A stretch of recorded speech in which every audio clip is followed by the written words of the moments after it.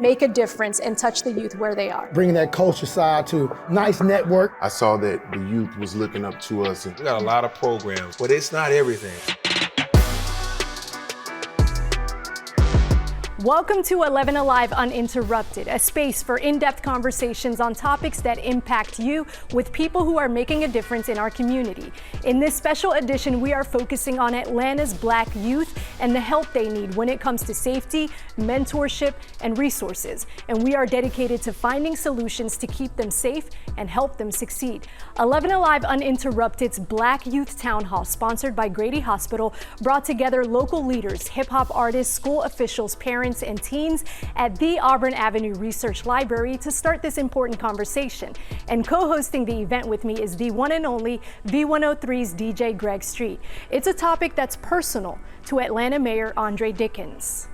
All of us are all in this together for the Year of the Youth. And as a product of Atlanta and now a leader in the city that raised him, Mayor Dickens launched the Year of the Youth initiative to provide Atlanta's youth with resources like jobs and mentorship opportunities. There's kids that, just want an opportunity, a fair shake, a fair opportunity, a fair shot at having a successful life. The mayor's goal, expand opportunities for this young generation before preventable tragedies and vigils.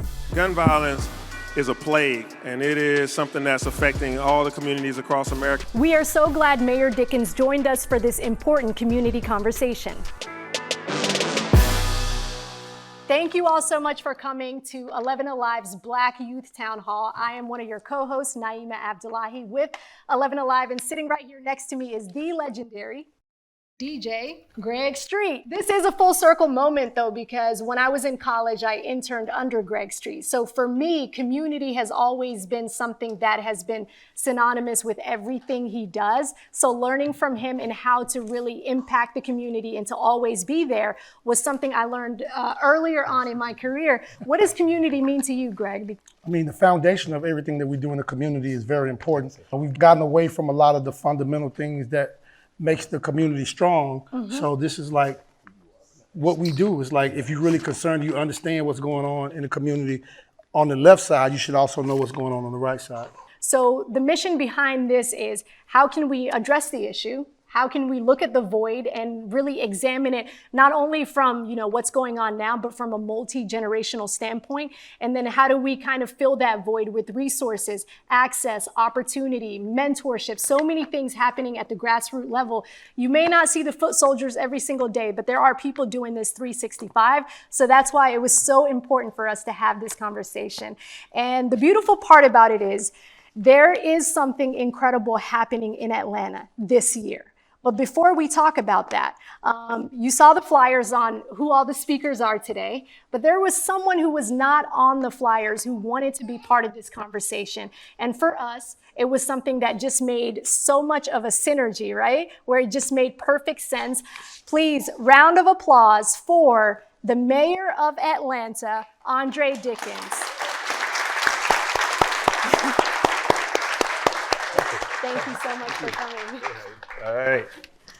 When we invited you, we were so glad that you said you wanted to come pull up and have a conversation with us. This is the most Atlanta panel you will ever see. And it's such a beautiful thing. As a product of Atlanta, what does this community engagement mean to you?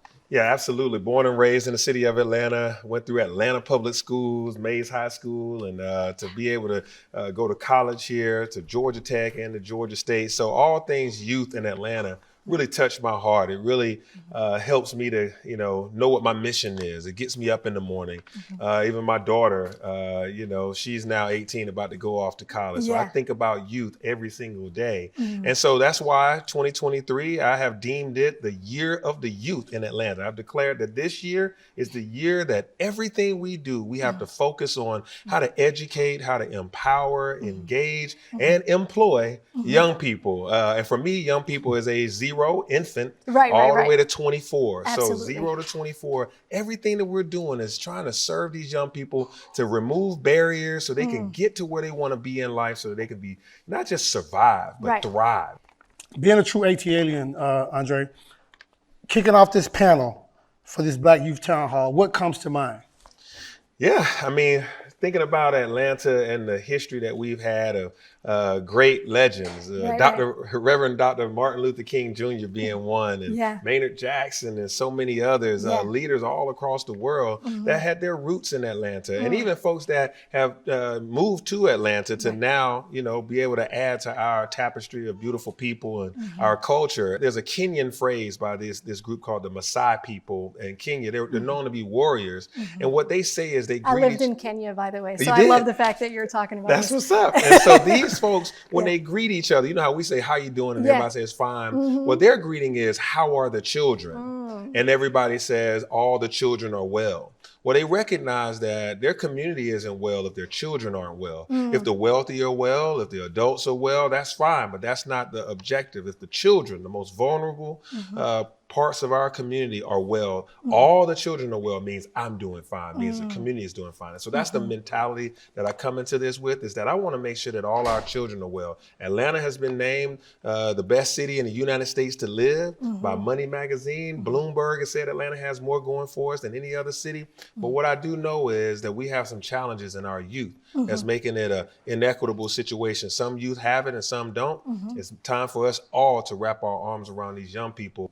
And one of the things that really does separate the youth in Atlanta, whether they live in Bankhead or Buckhead or no matter, is opportunities and resources. So how do we bridge that gap? Yes, we can talk about data, we can talk about statistics with what's happening in the youth, but resources may not be something that they have access to, where their imagination may not have ever been sparked in a way that they can reach their fullest potential. So how does Year of the Youth accomplish that as well? Yeah, absolutely. We know that we live in a tale of two cities. I mean, this nation is being divided to haves and have-nots, those that have significant means to pay for things, and those that are just struggling to get by. So many families have more month than money.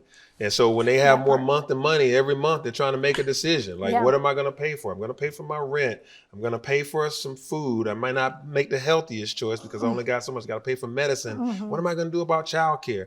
After school program costs you $100 for karate. Costs you, $200 for computer coding classes. And so what we wanted to do was say we want to make after school programming free to low cost. At most of our programming is free. And so you come to the City of Atlanta Parks and Rec. You got some nonprofits, the YMCAs. We're saying in this year, we've given out $1 million plus in youth development grants to nonprofits that just got their hold on a certain segment of community. They may have 50 kids that they're caring for. We're giving them fuel so that they can serve 75. We're helping them put more gas in the bus or to be able to have more seats at the table or more kits for STEM, whatever it is, so that if you're serving 100, you can serve 125. If you're serving, 80, you can serve 100. So that's what we're helping them do so that, moms are just struggling, working 2 jobs. And so we're trying to on the table. Yeah, to put food on the table. So we're trying to fill that blank spot where, they're at home by themselves. And some of them are taking care of their younger brothers and sisters. And so what do?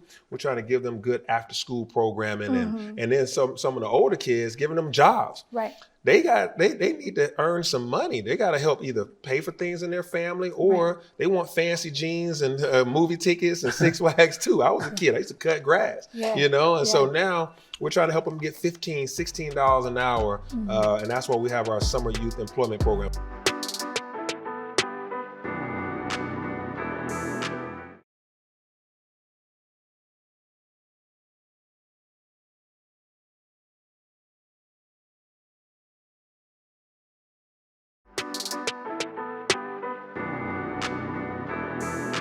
I love the fact that you're addressing the socioeconomic side. One thing as far as, TV and radio that we often talk about is youth violence. Yeah. And a lot of family members are looking for more conversations about prevention, intervention, solutions. Yeah. What do you say to those parents who somehow feel a little hopeless, a little overwhelmed, as if they've done everything they could to save their children and they're just looking for answers?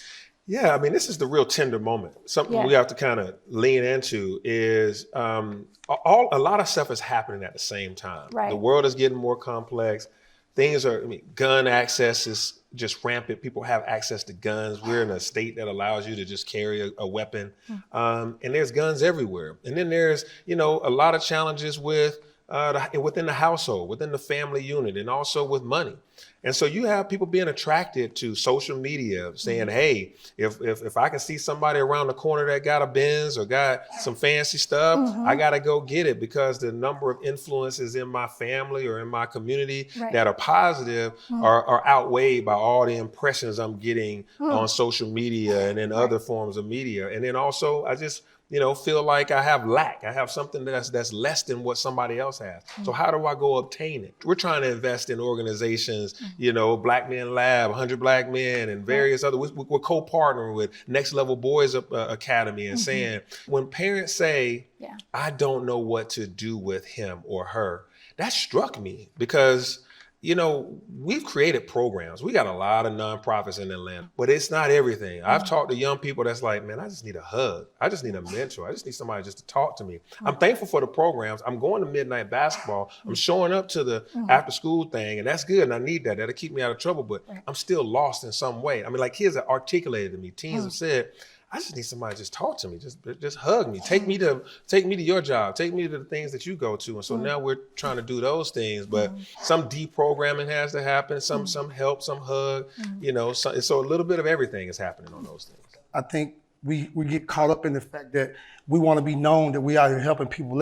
We gotta let people understand that if you just help one kid, if you take out time to help one kid in your neighborhood, and if you're doing something positive on your job and your career, don't be one of those people that, I don't do social media. I don't have time for that, because you got so much negativity on social media. Yeah. If the positive people are not demonstrating what they're doing or giving you some insight on how I can attain your career, I can look and see what you're doing to do what you do. Right. All I have to look up to is the negativity, which is trending, which is in the algorithm, which is getting all the looks. It's key to know that, absence of positivity, the void is there. It's just negative.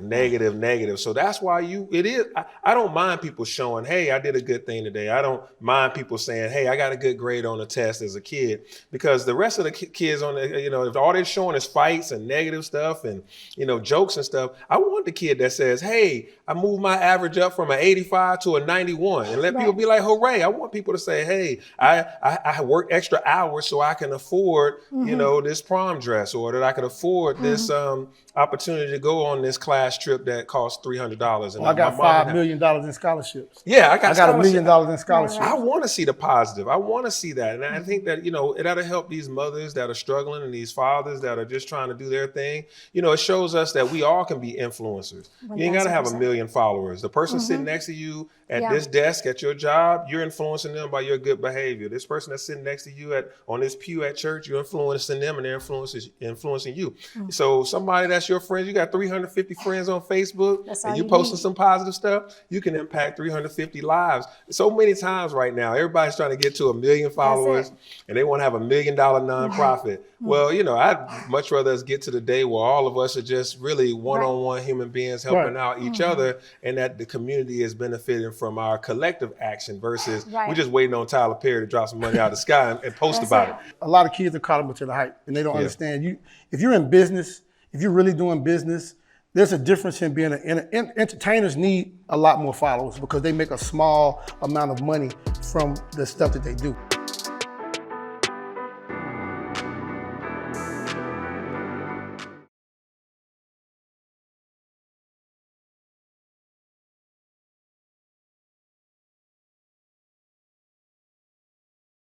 I'm a journalist. You're gonna get the news, you're gonna get it straight, you're gonna get the facts. But please know, your girl loves fashion, she loves pop culture. You will see me pop up on Instagram telling you about my bad hair day. Still no hair appointment. It's time to get my weave done. And those are those moments with the viewers that you're just connecting to them, and that makes them say, oh, I like her, I can hang out with her. And that's how I want you to see me. If I expect for you to spend every morning with me, you should at least like me, right? We're having coffee together, we're just friends, we're hanging out, having a good time.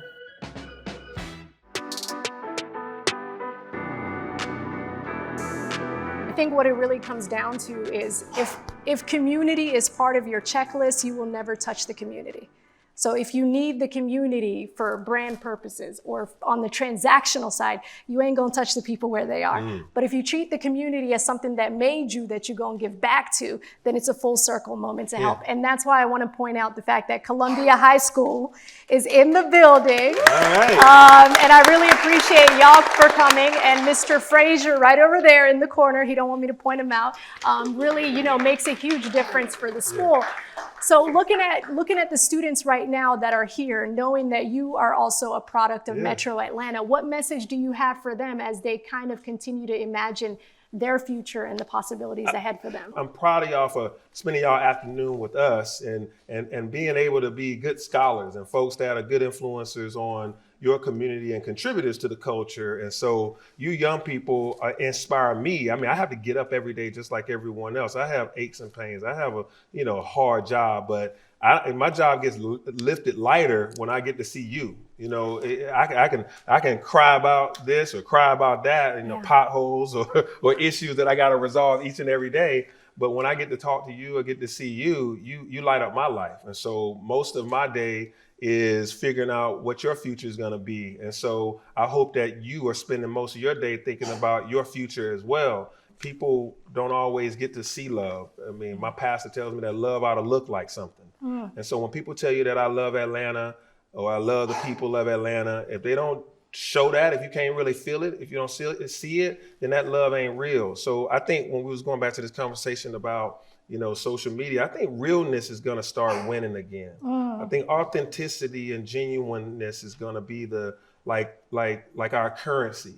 Our currency is going to be our realness. So how authentic we are, our apologies being real, our efforts being real, our engagement being real, and your generation is going to be the one that is going to do that with us. And because social media kind of exposes a whole lot, the fake. After a while, you can't fake it, but so long. Like the real is gonna win out eventually, and so I hope that you guys know that you got a city that's here for you. Sign up for things at the ATL Year to You. Get you a job on there. We're paying last year was $16.50 and on dollars per hour on average. You could pay a whole lot of stuff with that, man. And so I appreciate y'all for being here. Much love to y'all.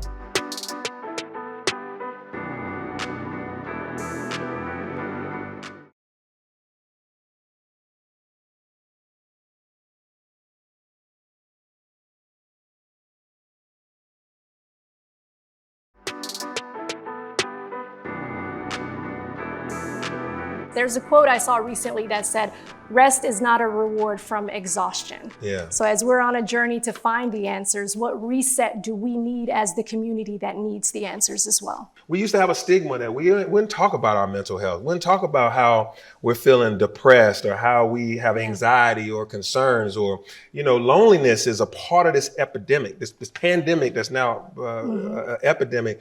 Loneliness is a part of it. And how do we get lonely? Well, when we're staring at a Zoom screen all month long, or when our mom works 2 jobs and our big sisters go home all the time. It's just me in the house. Loneliness becomes a problem. And so everybody ain't the same. And so, how to be able to communicate through these challenges. It's not over sympathizing. It's not making, kids weak and all that stuff. Because we grew up in that era. I'm a Generation X. We talk about how tough we are. I started from the bottom. Now I'm here. Like 100 songs about it. Right?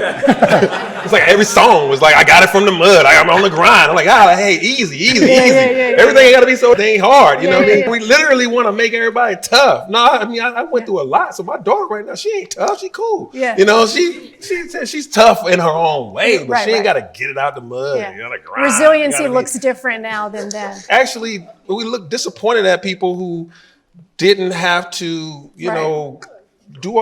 climb the hill both ways to go to school in the snow and all that. These stories are not absolutes for you to be somebody. And we wanted to address the mental health journey, the family dynamics, socioeconomics, youth violence. To us, this is why we wanted to have this conversation, because to view it at one level doesn't do justice to the issues that we're facing every single day. So we appreciate your time, Mayor, and to tell us about Year of the Youth and everything going on in the city of Atlanta as well. Good. Thank you all. Thank you for what y'all are doing for the young people in Atlanta and around the metro area so that they can live safe and healthy lives that are thriving and contributing to our future. And everything isn't just, these kids are criminals or they're going to go to a life of crime. There are some kids that are, living great lives, and we want them to be even greater. And so if we have everybody speaking the language of love and giving and being genuine about it, I think we're going to continue on this trend of seeing violent crime go down in our city and opportunities for kids to go up.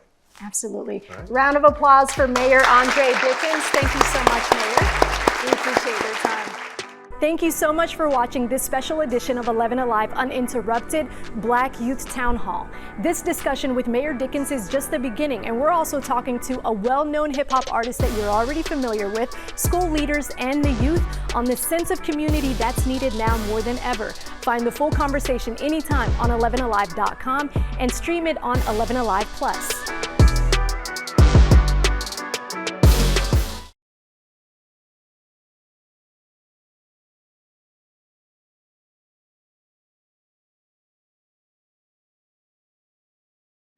Make a difference and touch the youth where they are. Bringing that culture side to nice network. I saw that the youth was looking up to us. We got a lot of programs, but it's not everything. Thank you for joining this special edition of 11 Alive Uninterrupted Black Youth Town Hall. 11 Alive, thanks to our sponsor, Grady Hospital, teamed up with local leaders, school officials, hip-hop artists, parents, and teens to talk about how we can keep our kids safe and give them the resources and guidance they need to thrive. From local nonprofit leaders to Atlanta Public Schools police chief, you will hear from people who have a direct role in impacting young teens' lives. One Atlanta native that you're already familiar with helped us kickstart this conversation at Auburn Avenue Research Library. Atlanta hip-hop artist Young Dro, a victim of gun violence himself, a story that he has already shared with us, is now using his platform to raise awareness about violence prevention. We're going to meet the kids where they are. We're going to give them a voice. Launching an initiative called It Still Takes a Village, Young Dro is sparking conversations from Atlanta to LA, Chicago, and nationwide, helping guide kids away from violence. I feel like I can be a voice, and I know that I can make a change. He pulled up to join me and V103's DJ Greg Street to talk about what he's doing and what we can all do as a community to keep our kids safe. Thank you so much for joining us. What's up, Grady? How you doing, sir? Oh, pretty good. How you doing? Dro, how you doing? How you doing? I'm doing well. This is a huge year for you. Yes, it is. It still takes a village. Yes, it does. Something that you really took to heart as far as impact in the community. Talk to us about when that concept sparked in your head, that it was on you to really make a difference. It dawned on me, in hip hop, we have, a bunch of people that, come together to make music for the community. Right. I saw a lot of us getting murdered, and the representation of that was just sad, and I saw that the youth was looking up to us, and, we was dying on TV, you know what I mean? So it was just, I felt like I should take a stand on senseless gun violence, you know what I mean? And I wanted to speak out because, we're showing the youth what to actually do. When you can walk up on a rapper and it's cool to kill somebody that everybody's cheering and championing on, it's almost like it's very sad. So I started to speak up about it, and we came up with It Still Takes a Village. I know a lot of people probably heard of It Takes a Village. Right. It Still Takes a Village stemmed from that. I think it was important then, and I also think it's important now. And I want to backtrack because you met Greg Street earlier on in your life. Yeah. 01, 02. Greg, to see his evolution as a man, as a musician, as a mentor, as someone important to Atlanta, and to see this very moment, how does that feel for you? I mean, because you had a front row seat to his success. Yes. He was always a special artist. Okay. He was signed to Raheem the Dream. He had a song called Yes Sir. Then Rocco with the Cartier Boys. So just to watch the whole movement now, we look at Dro now, every time we see him, he polo fresh and this and that. It's like when you wake up every day and you know your gift, you know your passion, if you work on that every day, it's gonna take some time. But if that's your gift and you work on it, it's gonna come to fruition. You just gotta be willing to put the time in. But the kids still don't know. that there are more rich and wealthy people that are not famous than there are people that are famous. Because they're not doing the research. They don't know that it's 10 rich people behind Young Dro. They don't know it's 25 rich people behind T.I. Yeah, everybody just pays attention to the limelight. When you go to the different schools, because you do a lot of mentorship in the schools too, and I've seen how much work you've done in Clayton County, Fulton County, so many different places. What do the youth tell you that they need that they haven't received in their communities, in their households, in different places? So what I mostly hear is the attention, you know, and the voice that's shut down that from the youth that they don't have anymore in their homes, and the disconnect with the fathers. I want to reach out to the guys, the OGs in Atlanta, some of the people out the hood, you know what I mean? Let's get back to fathering the sons, you know what I mean? And, you know, when they speak out and they say, well, our voices get shut down because our parents think they know everything. You can't just take away the voice of the child. You know, that's why they go out and try to find it through random people, you know, and then they saying they love you to total strangers. And they're gonna find that love somewhere else. One thing Greg said one time on social media, and I'm gonna toss it back to you, is he said, we gotta stop preying on each other and we have to start praying for each other. Where does the preying on each other come from? Is it jealousy? Is it envy? I mean, when we talk about youth violence, when we talk about prevention, how do we shift it to praying for each other as a community? We have to learn how to love one another. Well, you have to learn how to love yourself first. Okay. You know, because once you learn how to love yourself, once you learn how to love yourself, you wouldn't be so eager to hurt another person because you wouldn't hurt yourself. And you don't want nobody to do it to you. Once you love yourself that much, but you have to get that from your parents, people around you, your uncle, your auntie, well, whoever's caring for you at the moment, make sure they're pouring into you. The challenge is really though the community. Okay. The challenge, I think we put too much on the artists, and we don't understand that a lot of artists don't have that foundation that Dro's speaking of. Right. So we put too much on the artists. We have, quote unquote, too many expectations of people and of things that we shouldn't expect anything from. I challenge the hip hop community, the guys in the hip hop community, to put their egos to the side, man up, and help raise this community that involves our children. If you scroll through Young Dro's Instagram, it's just positivity, positivity, positivity. What response did you get from the community? Well, I got a great response from people that want to grow. Yeah.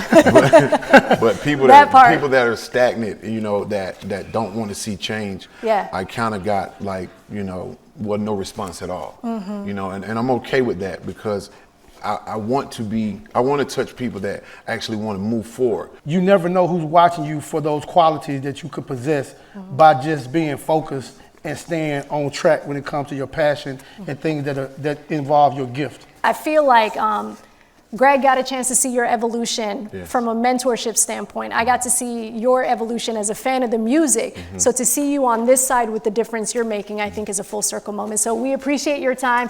Round of applause for Young Dro. Thank you. We appreciate you. Next on 11 Alive Uninterrupted's Black Youth Town Hall. Instead of charging a kid with a crime and ruining their lives with a criminal charge, we can look at all the options for them to explore. From Atlanta Public Schools police chief to local nonprofit leaders, we're talking real solutions with people working the front lines.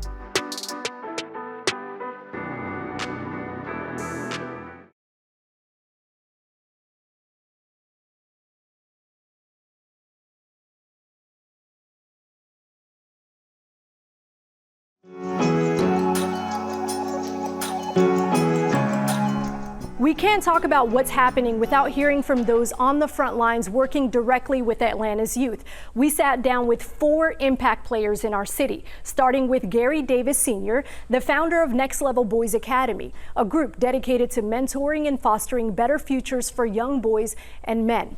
Ms. Shakira Rice, the Director of Community Engagement for Clayton County Schools. She's a former principal with more than 20 years of working with students and families. Chief Ronald Applin, the Executive Director of Office and Security for Atlanta Public Schools. He formerly served as Fulton County Deputy. And lastly, Jeffrey Gates, a gun violence survivor who now works in Grady Hospital's Ivy. That's Interrupting Violence with Youth and Young Adults program. Let's jump into that conversation with our four panelists.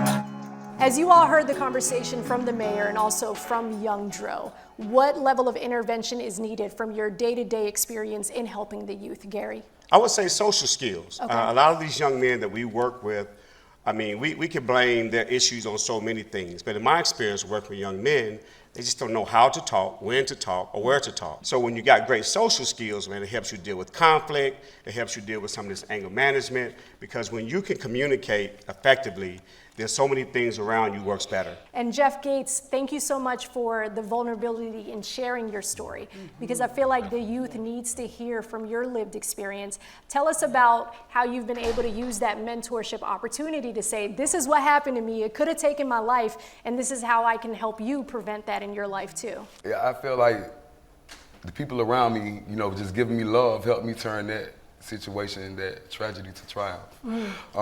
I was just at the gas station, and so as I was walking back to my car, I heard the gunshots, but by the time I heard them, I had already been shot. And it was a real awakening for me, you know, in my life. It made me realize how precious life was. I was in the hospital for 3 months about something that I had nothing to do with. I'm a hospital violence intervention specialist. But what I do is, you know, I go talk to people and I just try to fill them up with love. Right. You know, the doctors in there, a lot of the doctors, they go in there and they all clinical. So they go in there and they heal you up, they patch you up. And then we come in there and we try to patch up your soul, try to give you resources in order to live a different life or a better life. And it really made me feel good to, you know, touch people's lives that look like me. I don't know if y'all familiar with Dr. Smith, but she like my angel. She came in and she stayed with me. And I just feel like that love that she gave me, I was able to transfer that and give that same love to other people, you know what I'm saying, just be there. But she is a person that I felt like I didn't have to answer to, but she was a person that I wanted to answer to. In any situation, there's always a good side. There's always a positive side. And the whole thing, it just depends on how you choose to deal with it when you engage in the situation. And Chief Applin, you working with the youth directly in Atlanta Public Schools, tell me about the need that you see every single day and how you choose to intervene and guide them through some of the challenges they face. And we start with mental health. I mean, the mayor was spot on. He has a pulse in of this city that's unbelievable. It's hard to believe anybody could recognize all those things, but he recognizes all of the issues. If we start with mental health, you know, we really need to really get ahead of that. But if they can recognize that, we can do something different. Instead of charging a kid with a crime and ruining their lives with a criminal charge, we can look at all the options for them to explore instead of doing things like that. So we talk about mental health. And I think this is a great moment to bring in Ms. Rice. During the pandemic, the efforts that your team in Clayton County took for North Clayton Middle School, where there was a drive-through line that parents could come pick up lunches, to come pick up breakfast. The amount of mentorship that you provided while you were a principal at North Clayton was so impactful that it just took my breath away. Tell me about how you teach with compassion and with grace to kids who oftentimes don't receive it in society. Great question, and thank you again for this opportunity, but you touched on it. I truly believe that every child needs a high five. 5 caring adults outside of their home. You mentioned Ms. Smith, I want to say, Smith. Dr. Smith. She's a surgeon. The surgeon, taking time to speak to you, check on you, show you that she cares, and so in hand, you wanted to please her. You didn't want to let her down because she was pouring into you. She believed in you, so you did not want to let her down. That's true. That's how we do it. We get involved in our kids' lives. In my community where I served as principal, my kids were used to people coming in and out of their lives. So the teachers I hired, the coaches I hired, the mentor organizations we partner with to come, I had to feel them to understand, to know myself that they were not hit it and quit it type. And I know Greg has been to North Clayton many times to mentor the youth as well, Yes, he's in it. Couple times. He's in it. Yeah. I mean, he came so often, the kids were like, hey, Greg. I mean, it's like, hey, Greg. Yeah. Because his heart is so with kids and with the community and with education. He has not wavered. Still to come on 11 Alive Uninterrupted's Black Youth Town Hall. The teens take the mic to ask questions directly to our panelists. Hear what's on their mind next.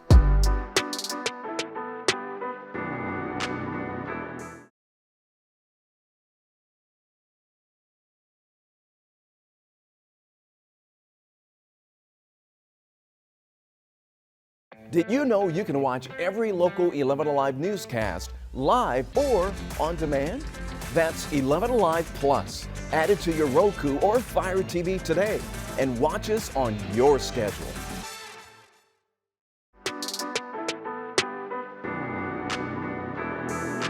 So anyone in the audience who has a question, please don't hesitate to ask them questions as well, because we want to hear from y'all. No such thing as a dumb question. There we go. No such thing. Ladies first. There we go.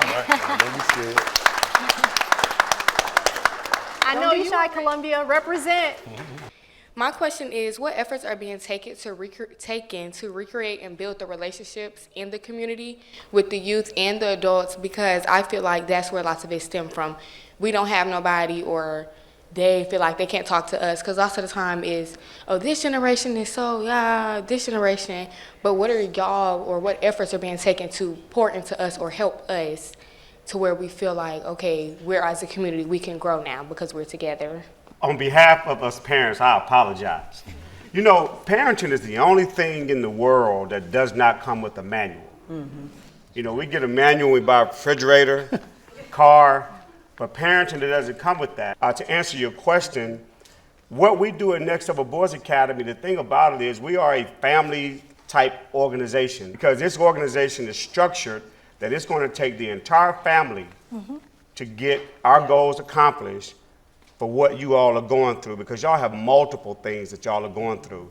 But there's nothing in the world that's more pleasing to a young person is to see their mom and dad have a healthy conversation about them. In Clayton County Public Schools, we have a program called the CAB program, which a caring adult in the building.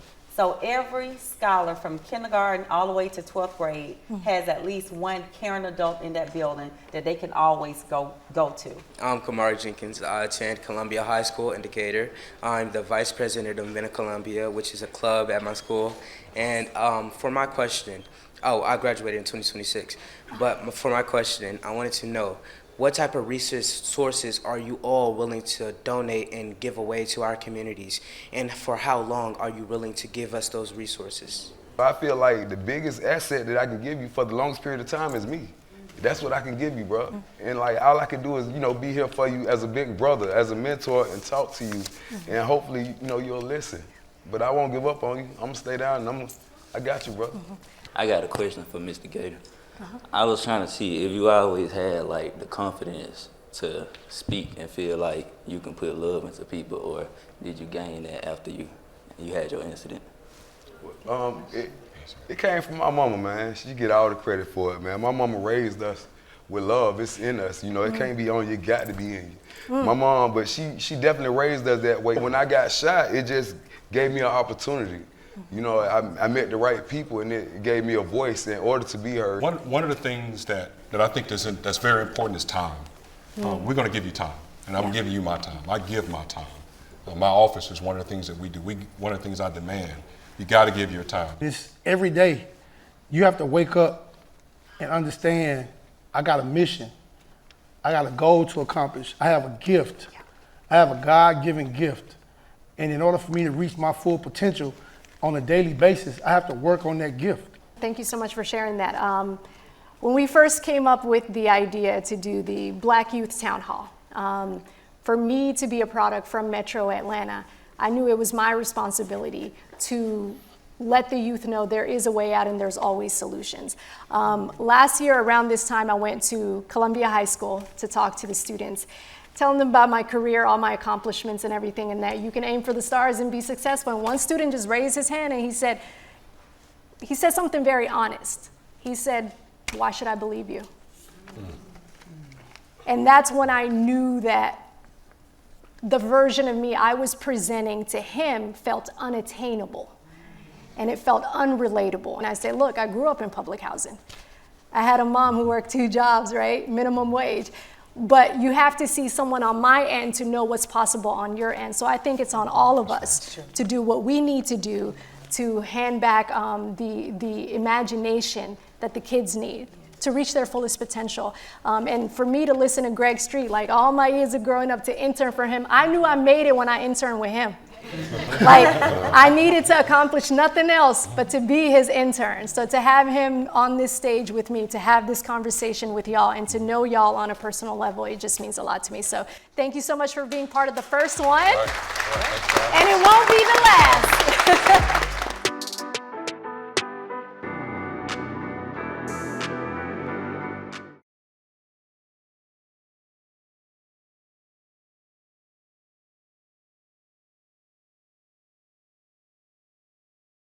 When the people who are supposed to work for you work against you, we're here. Looking deep into the issues affecting you. Our exclusive investigation found hundreds of elevators across Metro Atlanta could be dangerous. Questioning authority. Making sure promises offered. This is a bill that could stand to help every Georgian. Are promises kept. 11 Alive investigates immediate solutions. Demanding answers to help make life better. Because for every problem, there is a solution. 11 Alive News.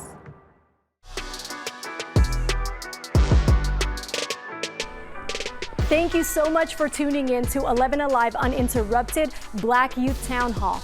We compiled a list of resources available right now to help the youth in our city, and you can find those on our website, 11alive.com.